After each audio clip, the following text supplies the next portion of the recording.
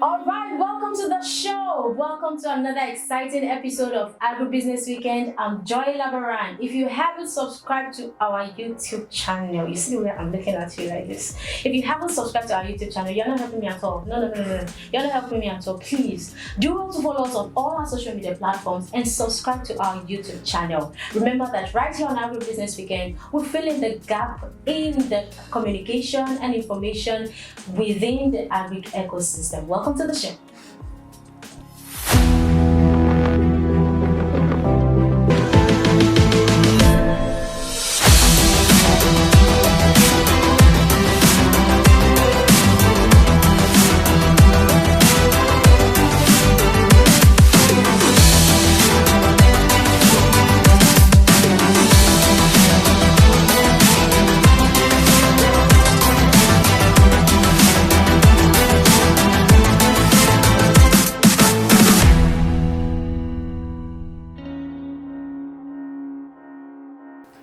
Welcome back. If you just joined us, you're right in time. This is Agribusiness Weekend, your favorite agricultural show. Now, did you know that the Nigerian in diaspora is one of the largest African immigrant population in the world today?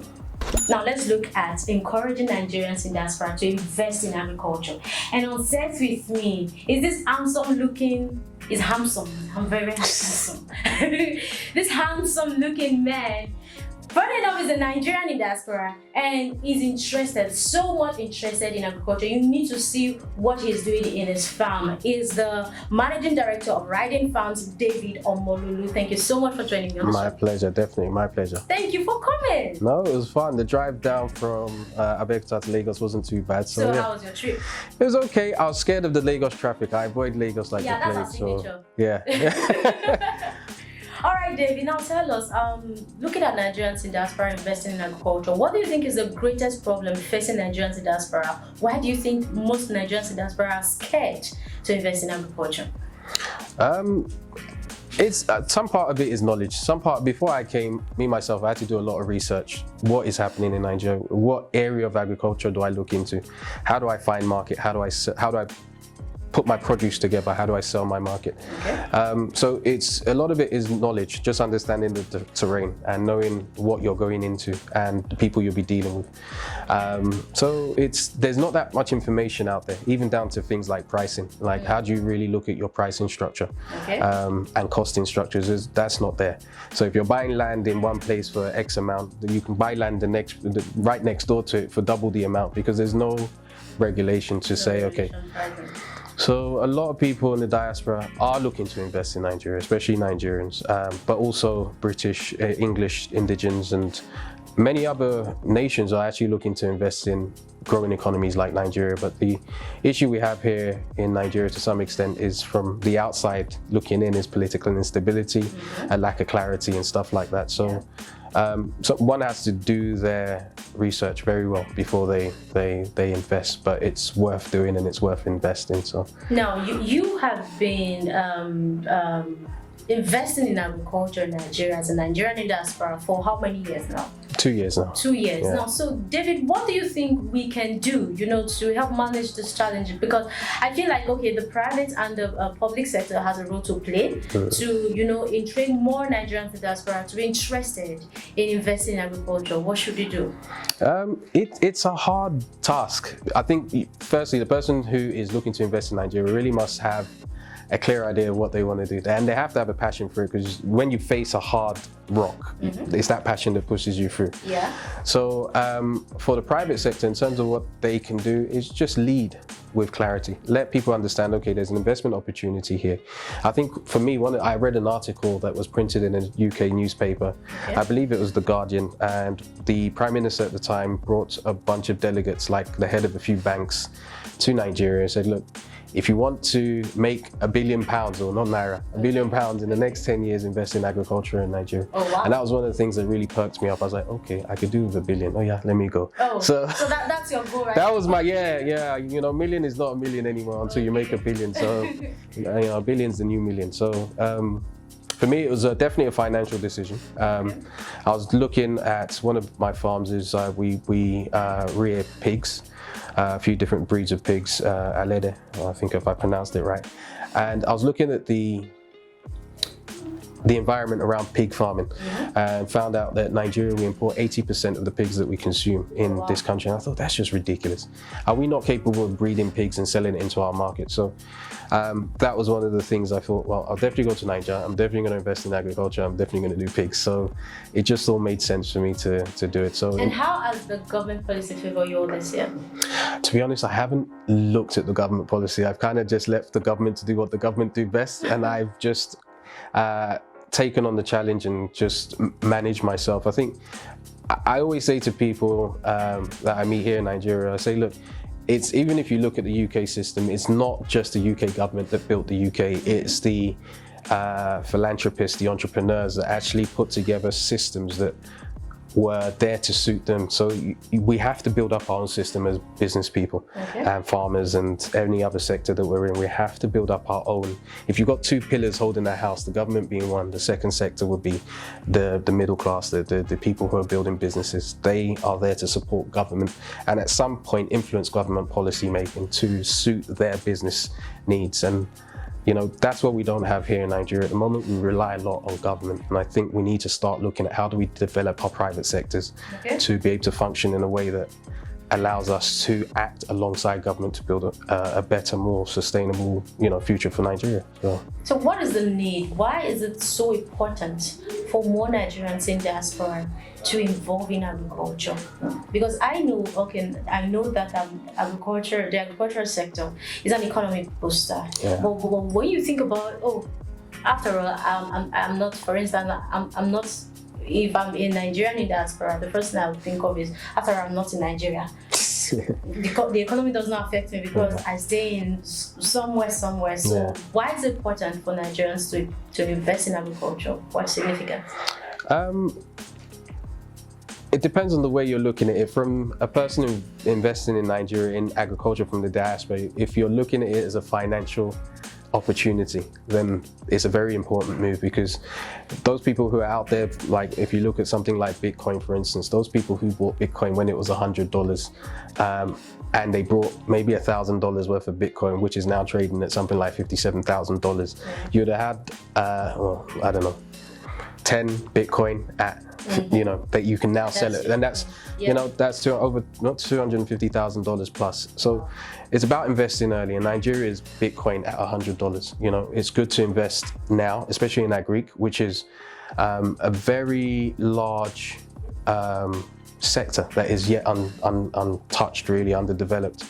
And so there's a huge opportunity for people in the diaspora investing in agri in Nigeria to really come on board at an early stage and actually build a brand that not only is good for Nigeria in terms of distribution internally, but we've also got a massive market across Africa that we are able to supply to. And then when we look past the continent, we've got the whole world that, you know, if like everyone says in Nigeria, everything is packaging. If our packaging is correct, we will sell well. So let's. I love it. You sound your mind. They try small. Okay, they try small. Yeah, I have to now. Yeah. You're it. All right, now, before we go on a break, I wanted to give a short word to Nigerians like you that are in diaspora. I wanted to encourage them to invest more in agriculture. Just a word for them. Okay, I'll probably tell them don't come home, because I'll do my own thing and make my own money. So stay where you're. No, definitely. I think if you like agriculture, if you're interested in agriculture, if you're into business, agriculture is a massive sector yet untouched, or that is still massive room for growth. So definitely look into agriculture. But there's other areas in Nigeria: education, healthcare, private motors and stuff like that. There's so many areas in Nigeria that is available to invest in and for you to actually grow a sustainable, and to be honest, a global brand. They're shooting me here on a video camera that was created in Japan, probably in China. We can be the next China. And I think when you look at certain areas in Nigeria, that's already happening. And I think if you're interested in, you know, sustainable income and growing a future for your family, come to Nigeria, invest. Come to Nigeria. A short break. When we come back, the show continues. Don't go anywhere.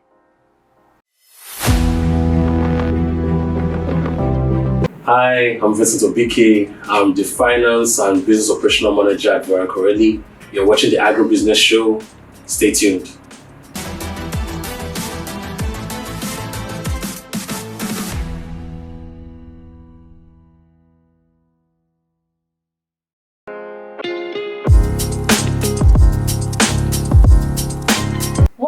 you're still watching Agribusiness Weekend, and David is still on set business. Thank you so much. You've been doing amazingly well. Thank you. All right, so David, this is the session we'll call the Farmer's Game. And I usually say this, before my guests go out of the show every weekend, I want to make sure that they have a lot of fun.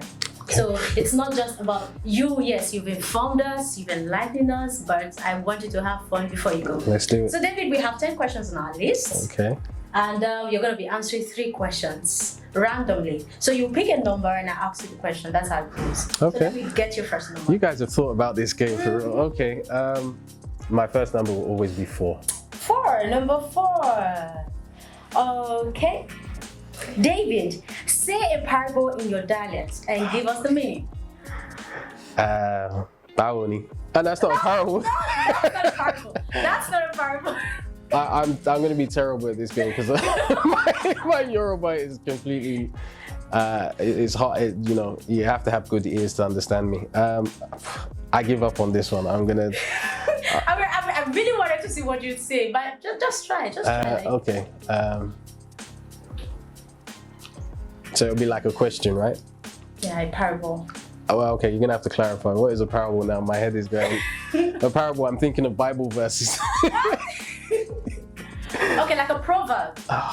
Okay. I know one that, why, okay. What they say that Yoruba say, and be more like a lady. So I don't know if I've totally mashed that up, David, but I'm so lost. that means that you're David, giving I'm so birth lost, like okay. pigs.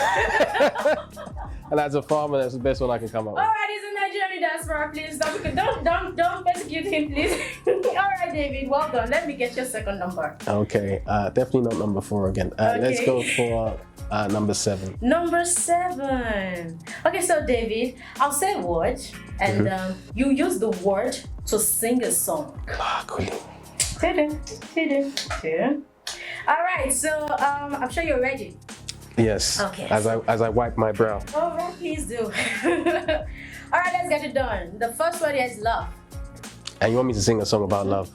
Love. No. In Yoruba. Love. Okay. No, it's okay. Love, so many people use your name in vain. Thank you. Okay, thank Next you. word is life. Life, okay. Is there any songs about life? Uh-huh. Are you sure? Sing one. Life, oh, life. Life, oh, life, 19. Yeah, next song. You You didn't finish the song, so I'm supposed to take your game. All right, okay, the next word is grace. there should be loads of songs about grace. Funny enough, I don't think I've heard one. Really? Yeah. Oh, You know what? I don't listen to music. oh wow. Yeah, you know, I don't listen to music too much, so. Wow. Okay. All right, so let me get your last number. Oh gosh, I'm actually scared now. I'm just gonna pick number 1 and pray that it's a good, simple. Okay, David. David. Yes, ma. David. Yes, ma. Because you're a Nigerian in diaspora, I specially prepared a game for you. And fortunately, you chose number 1, which was the game. So, this is the question. As a Nigerian, I want you to translate this word in Pidgin English. It's been long since the dawn of the day. It's been long since the dawn of the day. Yeah, translate it in Pidgin English. This is the hardest game I've played this year, but okay. It's been long since the dawn of the day. I'm thinking in Yoruba and okay, what's it bad? In Pidgin. In Pidgin. Yes, in Pidgin. Pidgin. You know, the day done long since the start of the day. Oh Lord. Oh my God. Okay, so let me teach you. Don't say where they break. Say it. It don't tear where they break. No, we need to teach you. Please, I do need teaching. It don't tear where they break. It don't tear where they break. Not tear. It don't tear. Yes, where it don't tear where they break. It don't tear where they break. You're learning, you're learning. Slow. We need to teach you more. We need to enroll in Nigerian School of Pidgin English. All right, David, thank you so much for coming on the show. My pleasure, definitely. Really had a great time with you. And on behalf of I and the Agribusiness Weekend team, Oh, wow. want to give you this package. Thank you. Say thank you for coming. Thank you very much. It's been my pleasure. Thank you. You can check it. I've checked it too. There's a key to a house, an estate, the car. Alright, so we've come to the end of today's episode of Agribusiness Weekend. Thank you so much for joining me, and thank you so much for enjoying the ride with me on today's episode. Till I come your way next time, please do well to follow us on all our social media platforms and subscribe to our YouTube channel. I'm Joy Labaran, and do have a great weekend.